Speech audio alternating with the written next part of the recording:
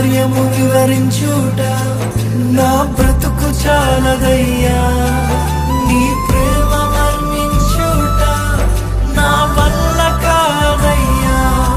నీ కార్యము వివరించుట నా బ్రతుకు చాలదయ్యా. తండ్రి దేవా